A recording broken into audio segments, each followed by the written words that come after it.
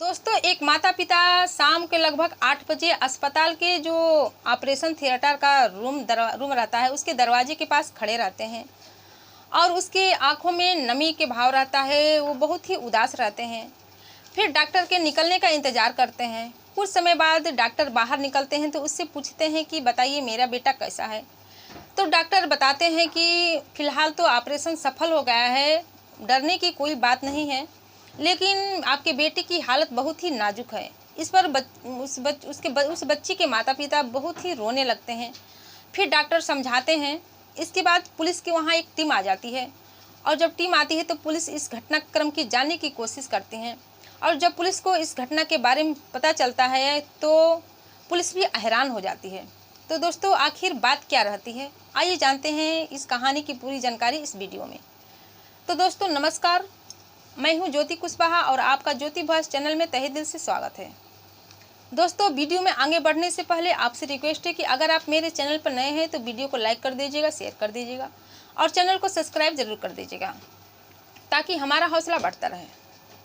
तो दोस्तों, आज की जो सच्ची घटना है, चंडीगढ़ का एक इलाका है बड़राम। वहाँ एक माता पिता रहते थे और उनके एक बेटा और एक बेटी थी। बेटा लगभग 17 साल का था और जो बेटी थी लगभग 13 साल की थी। दोनों बच्चे पढ़ने में बहुत ही होशियार तेज रहते हैं। दोनों में एक दूसरे में होड़ लगी रहती थी कि इस साल कौन अच्छा नंबर से पास करेगा तो इस साल कौन अच्छा नंबर से पास करेगा। लगभग दोनों बच्चे अपने अपने स्कूल में अपने अपने कक्षा में टॉपर थे। फिर वो अपनी पढ़ाई जारी रखते हैं और अपने अपने क्लास में अच्छे नंबर से पास होते हैं और जब पास होते हैं तो उसके माता पिता भी बहुत खुश हो जाते हैं और माता पिता के साथ जो स्कूल के टीचर रहते हैं वो भी बहुत खुश हो जाते हैं कि हमारे पढ़ाए हुए बच्चे अच्छे नंबर से पास हो गए। गांव समाज भी उनकी नाम हो जाता है कि इनके बच्चे पढ़ने में इतने तेज हैं। इसके साथ जो बच्चे के माता पिता रहते हैं, लड़का लड़की के माता पिता रहते हैं, वो भी खुश हो जाते हैं। उनको भी और उत्साह साहस बढ़ जाता है कि हमारे बच्चे पढ़ने में तेज हैं। तो उसके जो पिता रहते हैं वो सोचते हैं कि मैं अपने बच्चे को और भी अच्छे तरीके से पढ़ाऊँगा और बहुत ज़्यादा मेहनत करूँगा ताकि हमारे बच्चे पढ़कर अपना नाम रोशन करें, अपने माता पिता का नाम रोशन करें, आगे चलकर कुछ काबिल बने, हमारे जैसे ही ऐसे ही मजदूरी ना करें। दोस्तों, वो हर माँ बाप के जीवन में ही लगा रहता है कि हमारे बच्चे आगे चलकर अच्छा बने, उसकी हर एक जिद को पूरा करते हैं, उसकी हर एक बात को मानते हैं। ऐसे ही उस माता पिता के में लगा रहता था कि मेरे बच्चे अच्छे से पढ़ाई करें, आगे चलकर मेरा नाम रोशन करें। लड़का का नाम सुनील रहता है, लड़की का नाम निशा रहता है। फिर वो एक ट्यूशन के लिए एक टीचर को तलाशते हैं। जो कि बच्चा स्कूल में पढ़ के आता है तो उसको कुछ आता नहीं था, कुछ कुछ चीज़ की ज़रूरत पड़ जाती थी तो उसको समझ में नहीं आता था। इसलिए उसके पिताजी सोचते हैं कि क्यों ना एक अच्छा खासा ट्यूशन लगा दूँ जिसके हमारे दोनों बच्चे पढ़ाई करें। फिर एक टीचर की तलाश में रहता है तो एक टीचर मिल जाते हैं जो घर पर आते हैं बच्चों को पढ़ाने के लिए। ऐसे ही कुछ दिन पढ़ाते हैं तो जो टीचर रहते हैं उनकी तबीयत अचानक ख़राब हो जाती है और वो डेली नहीं आ पाते हैं। जो कि बच्चों की पढ़ाई डेली पूरा नहीं हो पाती है, रुक रुक के आते थे। फिर जो मास्टर साहब, जो ट्यूशन वाले टीचर रहते हैं, कहते हैं कि मेरी तबीयत ठीक नहीं है और लड़के के पिताजी से बोलते हैं कि मेरी तबीयत ठीक नहीं है, हो सके तो आप दूसरा टीचर लगवा दीजिए। तो जो लड़के के पिताजी रहते हैं कहते हैं कि मास्टर साहब, मैं तो कोई टीचर को जानता नहीं हूँ, आपकी नज़र में कोई हो तो अच्छा बताइएगा। इस पर जो वो मास्टर साहब रहते हैं कहते हैं कि मेरे ही स्कूल में पढ़ाने वाली एक लता नाम की लड़की है और लता नाम की औरत है, आप कहे तो मैं उसी से बात करूं।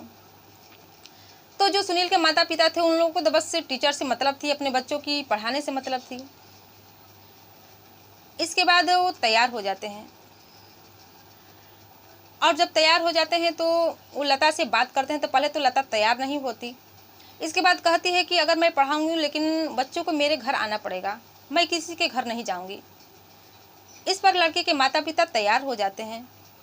फिर दोनों बच्चे लता के घर पढ़ने चले जाते हैं। ऐसे ही समय बीतता जाता है, वो पढ़ने जाते हैं और जो लता रहती है वो पढ़ाती रहती है।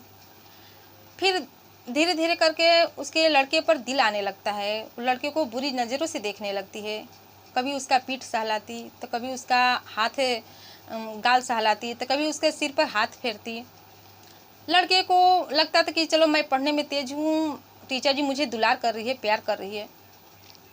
फिर वो कुछ नहीं बोलता था। ऐसे ही समय बीतता चला जाता है। फिर एक जो लता रहती है बच्चों से कहती है कि तुम दोनों एक साथ मत आया करो, तुम दोनों बारी बारी से आया करो, क्योंकि मुझे पढ़ाने में बहुत ही दिक्कत होती है। इस पर जो बच्चे रहते हैं अपने घर जाते हैं, अपने माता पिता से बात बताते हैं। माता पिता सोचते हैं कि चलो पढ़ाने में दिक्कत हो रही है तभी टीचर ऐसी बोल रही है। फिर जो दोनों बच्चे रहते हैं बारी बारी से जाने लगते हैं। पहले लड़की जाती थी, पढ़ कर आती थी, तो इसके बाद उसका लड़का जाता था। फिर जब लड़का जाता है पढ़ने के लिए तो टीचर ऐसे ही हरकत करने लगती है।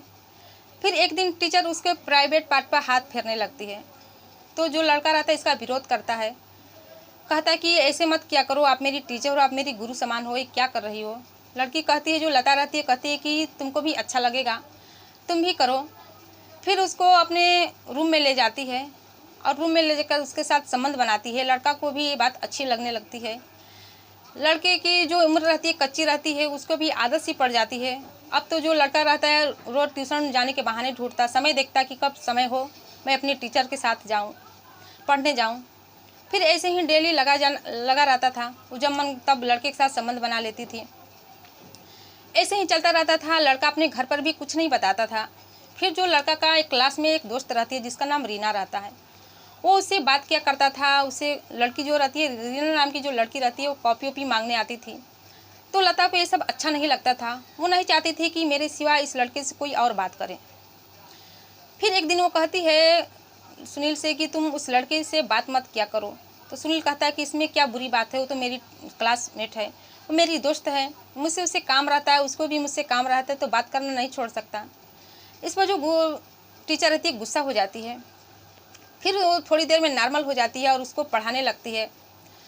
फिर उसको पढ़ाने के बाद वो उसको अपने रूम में ले जाती है और उसके साथ संबंध बनाती है। और संबंध बनाते समय अपने मोबाइल का कैमरा चालू कर देती है, जो कि एक वीडियो बन जाता है।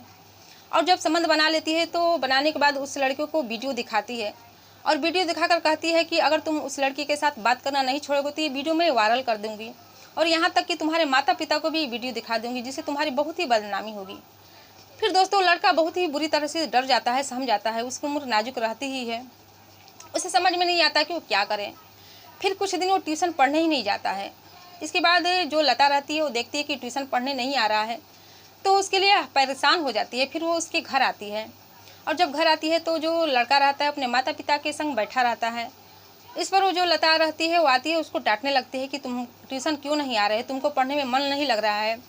ऐसे बहुत ही बुरा भला कहती है और कहती है कि इस बार अगर नंबर कम आया तो मुझसे बुरा कोई नहीं होगा। लड़की को माता पिता को ये लगती है कि टीचर बहुत ही अच्छी है, मेरे बेटे का बहुत ही अच्छे तरीके से ख्याल रख रही है। उसको ज़बरदस्ती ट्यूशन के लिए भेज देते हैं उसके साथ। दोस्तों जो लता रहती है वो लड़की को अपने साथ ट्यूशन के लिए अपने रूम में घर ले जाने लगती है और ले जाकर बीच रास्ते में उसका अपने जो उसके साथ अपने चाकू रखी रहती है बहुत ही तेज़ धारदार वाला, उसको कई बार उस पर वार कर देती है, जिससे कि लड़का लहूलुहान होकर वहीं पर गिर जाता है। और जब गिर जाता है तो वहाँ एक आदमी रहता है जो कि देखता है कि एक लड़का गिरा पड़ा है। वहाँ पर जाकर देखता है तो अरे ये तो सुनील है। उसके घर वालों को बात बताता है। उसके घर वाले सुनकर आते हैं, उसको अस्पताल में भर्ती कराते हैं और अस्पताल में भर्ती कराते हैं। उसका इलाज चलता है, उसका ऑपरेशन होता है तो लड़का थोड़ा नॉर्मल हो जाता है। और ये बात पुलिस को बताते हैं तो पुलिस ये सुनकर हैरान परेशान हो जाती है और लता की छानबीन करने लगती है। और जब लता के घर जाती है तो वहाँ पर लता वहाँ से गायब रहती है। उसके दरवाजे पर ताला लगा रहता है। फिर उसका नंबर ट्रेस करती है जहाँ की वो रहने वाली होती है। वहाँ पर जाते हैं तो पता चलता है कि ये लता का विधवा है। इसका कुछ दिन पहले शादी हुई थी, कुछ महीने पहले इसका पति मर गया। इसके बाद ये विधवा है। इसके बाद उसको छानबीन की जाती है, उसका पता ही नहीं चलता है। फिर धीरे धीरे करके उसका नंबर ट्रेस करते करते उसका जो नंबर रहता है वो राजस्थान में मिलता है। वहाँ पर जाकर पुलिस उसको हिरासत में ले लेती है और हिरासत में लेकर उसको जेल भेज देती है। तो दोस्तों इस घटना को सुनाने का उद्देश्य आपको दुखी करना या परेशान करना नहीं था, बल्कि सचेत करना था, जागरूक करना था कि आप भी सावधान हो जाइए।